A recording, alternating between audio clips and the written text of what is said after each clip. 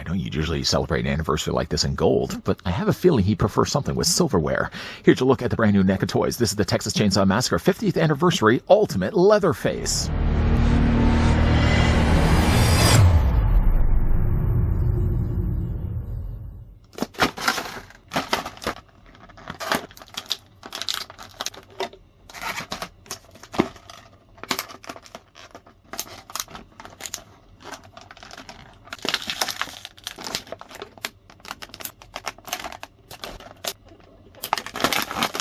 In celebration of the Texas Chainsaw Massacre's 50th anniversary, Leatherface returns to NECA's Ultimates line. Fully updated and reworked from the ground up, the 1974 masterpiece film directed by Tobe Hooper changed horror cinema forever, and now you can own a piece of its history. This 7-inch scale, fully articulated Leatherface action figure features interchangeable aprons, 2 distinct looks, 3 interchangeable heads and hands, bloody chainsaw, long hammer, short hammer, tongs, knife, cleaver, meat hook, spoon, and bracelet. Comes in a collector-friendly window box packaging with open front flap. If these hosts are handing out invitations and it says we're having you for dinner, you may want to reread that invitation carefully. Before that, we get a closer look at the 50th anniversary Leatherface. Shall we take the tape measure and see how tall the figure stands? A heavy retooling from top to bottom. It's not at all the same Leatherface we've gotten from before. In fact, actually, first with the tape measure, it's going to tell us that Leatherface stands at 7¼ inches in height, or the figure is going to be about 19 centimeters tall. What's the plural of Leatherface? Who cares? The man's got a chainsaw. Here's in fact what the figure looks like with the original Leatherface, and you'll see right away, clearly some extensive retooling. Not even, I would say at this point, retooling. They've designed the figure from the ground up, and we get a brand new release of him. Obviously, when you're still going to be comparing him along with the Atari release. What? There was an Atari release of Leatherface? Yeah. You can see still, while sharing the same mold as this guy over here, the new one now in the middle is towering over all of them. In fact, also, even when you bring in the retro cloth release of Leatherface, which up to this point has been the tallest release of the character, he still isn't nearly the size of what we're getting with the 50th anniversary release. Just bear with me as I read the back of the box. The description reads the following: interchangeable heads and hands, 2 aprons, spoon, cleaver, meat hook, long hammer, short hammer, tongs, knife, and chainsaw. Backing up just a bit, one of the things written right there actually says spoon, and yet nowhere inside the tray I could find myself the spoon. One of 2 things may have then happened. I never had the spoon at all from the time that I ordered the figure to the time I got the figure, or sometime during the time that I was actually removing all the contents, the spoon became MIA. Either way, though, not that it's going to be a deal breaker for me at all. I'm never going to really display Leatherface at all with a spoon, but I'd like to think that all the accessories could still be in check when I get the figure out of the box.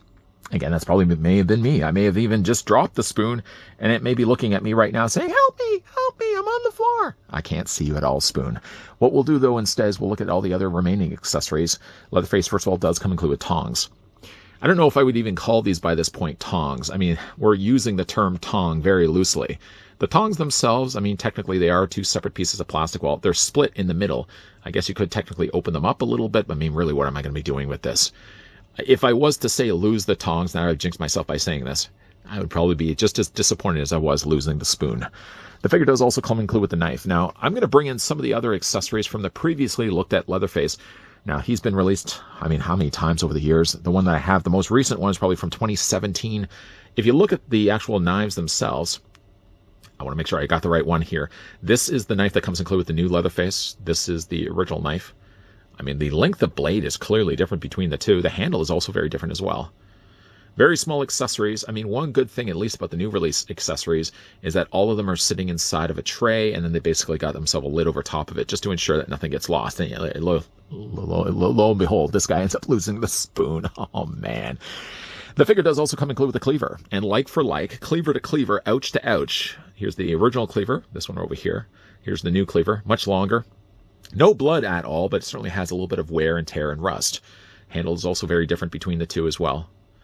Nice looking cleaver. Probably, if I was to lose the cleaver, again, there I go, jinxing myself again, I would probably be a little bit more disappointed than if I was losing the spoon. Okay, we'll stop talking about the spoon. I'm down here still. No, shh. Spoon, it's okay. The figure does also come included with the meat hook. Now, again, to bring back in the meat hook here, the original meat hook was definitely a little bit different in design, had a lot more blood on the end of it as well. Leatherface has been busy with this meat hook. Either he's stopped to clean the meat hook. Come on, who are we kidding here? It's Leatherface we're talking about. Or this cleaver never found its way into the back of someone's body. This one, too, is a little bit thicker in plastic. This one is a lot thinner in plastic, but the plastic seems a little bit, not that I would be bending this. I mean, that's the last thing I really would want to do. But it does seem like it's got a little bit more, I don't want to say durability to it. I mean, don't be bending meat hooks, whatever you do. The figure does also come included with 2 versions of hammer. Now, the long hammer never came packed with the original Leatherface. The shorter hammer somewhat did. Somewhat did. This is the original hammer. This is the new hammer. I mean, the newer hammer is much shorter in style, and obviously it's got a black head instead of the silver head that was on the original release. Of course, the new one has the much longer version of that, so if you want to have the figure displayed with the long hammer, I think I would probably display more so, I feel, with the shorter hammer, but obviously there's choices. There's always nice to be having choices. Choose also as well. The figure does come include, I guess there's not much of a choice. You only have one chainsaw to work with. It's very different also from the original chainsaw. A very much similar style of mold. I mean, if to look at the top and look at the bottom, I would imagine that the molds almost are identical. The handles, funny enough, though, are in different places. The rubberized part, with the part that you would hold, is on the top on the original, and on the new 50th anniversary, the handle's actually on the side. The teeth both have been very busy. I mean, this one actually looks like it's a little bit more aged blood. This one looks like it's just freshly cut. Oh, freshly cut. And of course, that can also be held in the figure's hands. Not much really hand holding is going to be happening until you actually swap out the hands. The figure does come included with 2 versions of hands. Well, basically, it's a mirror flip of those hands. One would go on this side, obviously being the mirror flip. One would go on the other side. And just basically would just pop those out. If you did want to pop out the hands, he already has a pair of relaxed hands. Just go ahead and wiggle, wiggle, wiggle. There you go. Replace with the hand that you want to use. I mean, the choices are slim. I mean, really, we only have a deal of extra interchangeable hands to work with. It's not like you really have a whole lot of choices there. Oh, by the way, he does also have the little bracelet. The bracelet does seem like it is attached slightly. Maybe a little bit of glue on the top there just to make sure that it's not going to fall off. I always feel like when it comes to a figure company, even though it's nice and fine to have a loose bracelet, for example, on Leatherface, you're only going to ultimately lose it anyways. So why choose to have something loose like this? Just glue it on the arm. If only something could be said, I mean, the bracelet's only going to be lost, and then you can be disappointed and you think to yourself, like the spoon, where did it go? I'm down here. Where did it go, that bracelet? By the way, the bracelet on the original one is basically all just done in gold plastic. I will say, at least for the new bracelet, there's a little bit more bedazzling happening here. As for the rest of the remaining accessories, it's more just like clothing changes here for Leatherface. I wouldn't say he's much like Cher. Man, that's a really old joke. Cher was always really known when it came to award shows. Cher would always have costume changes. Tons and tons of costume changes. Me saying that as an older person, he's 46, saying that to any younger viewer, they'd be like, who's Cher? Who's this guy even talking about? Anyways, he does have costume changes. He has 3 alternate head sculpts as well. One thing he does also come included with is the apron if you want to dress him as Grandma. Now, he does also have the swappable head, so if you want to go with this look, you also want to go with this head. This is the original head. Well, this is the new head for the 50th anniversary. This is the original Grandma. Oh, Grandma, don't you just want to give her a kiss? This one looks definitely more like the skin has started to rot. Got some nice lipstick, though, all around the lips. One thing I really like about the newer one is that you can't see the eyes. I mean, they're in there. I'm sure they're in there. But to see them, they're way back in the recesses of those cavities. The newer eyes, obviously, you can, well, the original ones, you could see the eyes a lot more. I mean, it was an okay Grandma, but I think the newer one tops that easily. There's a lot more, also depth to the back of this one as well. There's a lot more hair. Original one, 50th anniversary one. And then the figure does also come included with, obviously, his 2 slaughter masks. So, what do we want to do? You want to start with this one first, and then we'll kind of go back to Grandma? Okay, we'll do that later. We'll come back to Grandma later. I'm sure she'll be cooking in the meantime. For Leatherface, stock out of the packaging, he comes with this defaulted head. Now, we were just not that long ago talking about recessed eyes. I mean, you can see how dark those sockets would be on his mask. I love that about the figure. Now, if you do prefer peepers, though, on Leatherface, there is the alternate version as well. Very similar style of mask. This one's a little longer down below here as well. This actually looks more like Leatherface. When I think he's sitting in a chair. Is he looking out the window? He's sort of just running his tongue across his teeth. That looks a little bit more like Leatherface from that scene.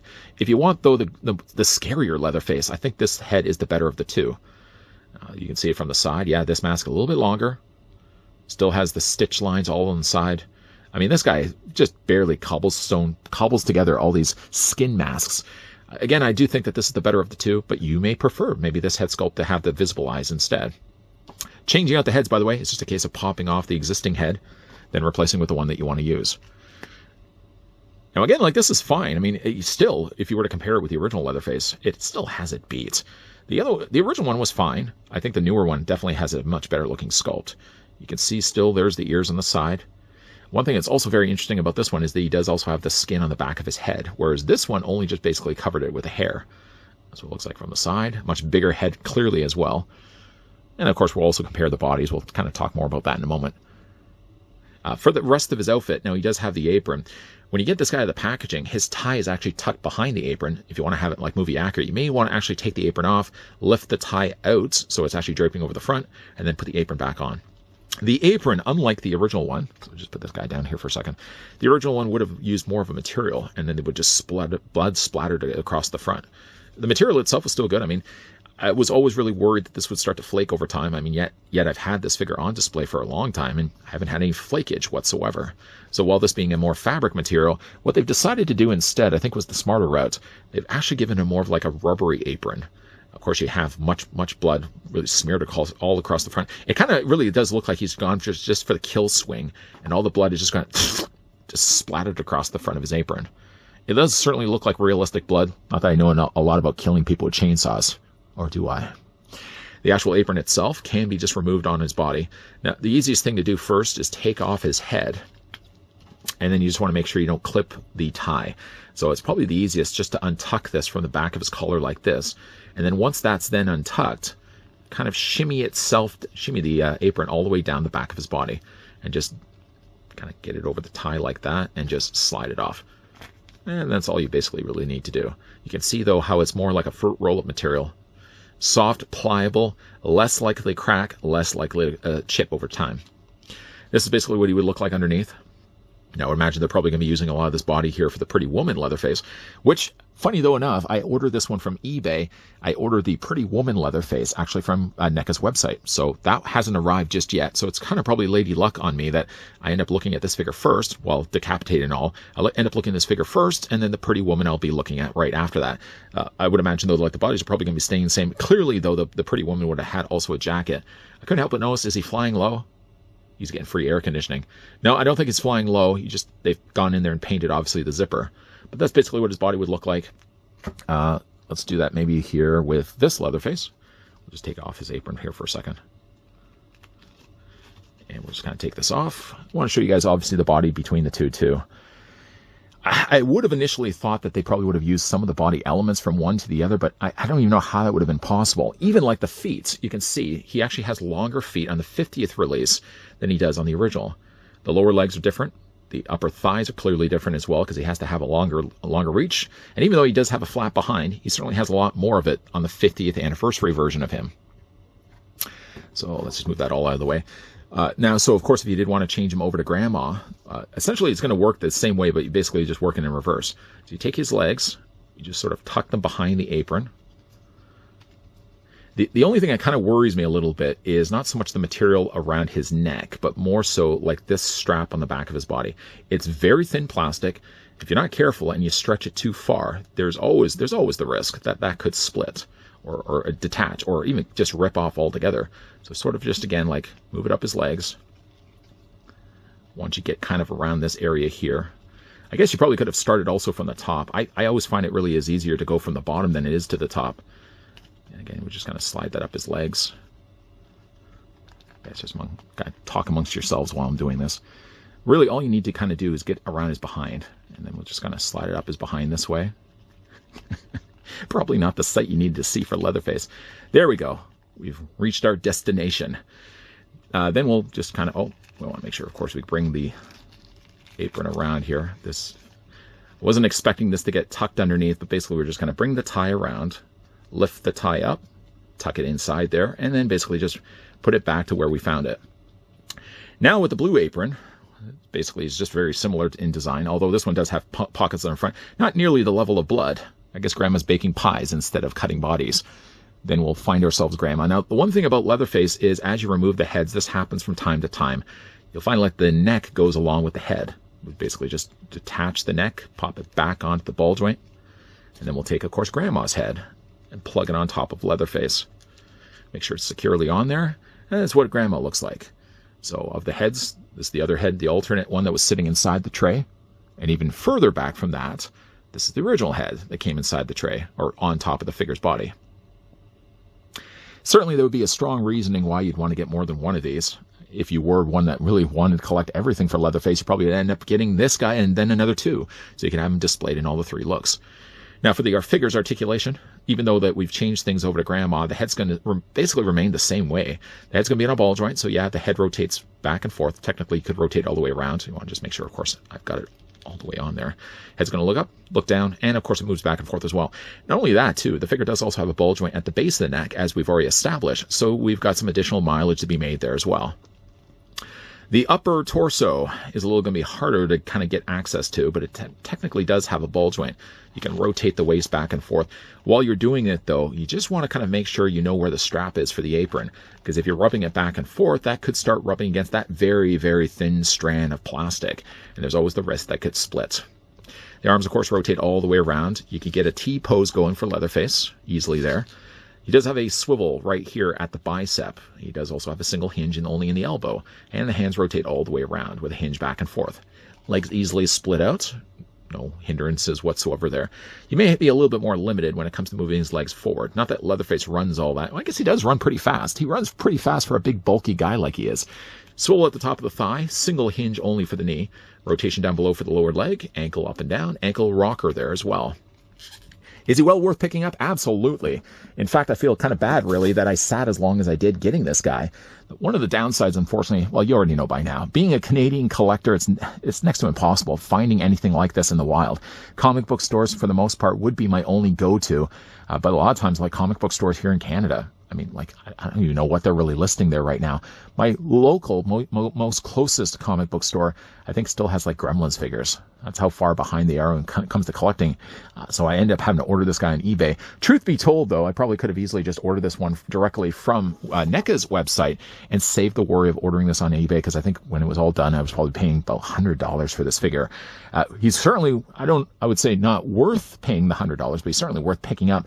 If you've had up to this point the original Leatherface, which we can go ahead and get the apron back on him here, I would say certainly. I mean, it's not just a case that they slapped a new coat of paint on this Leatherface. Far from that. When you look at the size, you look at the reach, and you look at the sculpt, clearly the 50th anniversary of Leatherface does things a lot better than the one that, well, this one here was from 2017, but the original Ultimate Leatherface. He's got brand new accessories. He's got a brand new apron. He's got brand new reasons why to be collecting a Leatherface if you already had the original ones before. I feel if you have plans to only pick up one of the 50th anniversary Leatherface, then the following look may not apply. Grandma's new mask, and of course a very new apron that's going to come included with this look of Leatherface, may not be the way that he's going to permanently be displayed on your shelf unless you get more than one. The hard part really when you get an Ultimate figure as good as this is that NECA throws so many good offerings inside the figure's packaging, short of maybe again the spoon. I'm right here! That, yeah, if you could get more than one, which I'm very so tempted to do, you could definitely have the figure displayed in two different looks, because up to this point, whenever we've gotten Grandma's mask, it tends to usually still be with the yellow apron. This time around, we actually get ourselves the blue apron, and it does complete the look nicely. Even though I don't picture really Grandma having the chainsaw in her hand, the one thing I really also like is that the coloring of the chainsaw is accurate to the 74 film. Up to this point, much like the apron, the chainsaw's usually been relegated in yellow when we all know it's more of an off-green instead. Now, this guy is available right now, and to go along with the 50th anniversary Leatherface, obviously there's also the 50th anniversary Pretty Woman Leatherface. As again, Lady Luck would be smiling down on me, even though I ordered it from two distinctly different places. I ended up getting the 50th anniversary first, and I'm still waiting to get the Pretty Woman release directly from NECA. What do you guys think of the 50th anniversary Leatherface? Wow, is this ever a good-looking figure? If you have already picked this one up, how do you have the figure displayed? Now, I know most people probably wouldn't say I'm not going to be displaying him as Grandma, but seeing as that he does also have two slaughter masks, which masks do you have the figure currently displayed with? If you guys did also enjoy this video, you can do it a solid and throw it a like. You guys want to stick around for more so? I hope so. Hit that subscribe, turn on that bell, and of course, come back. As always, thanks for watching. See you guys next time.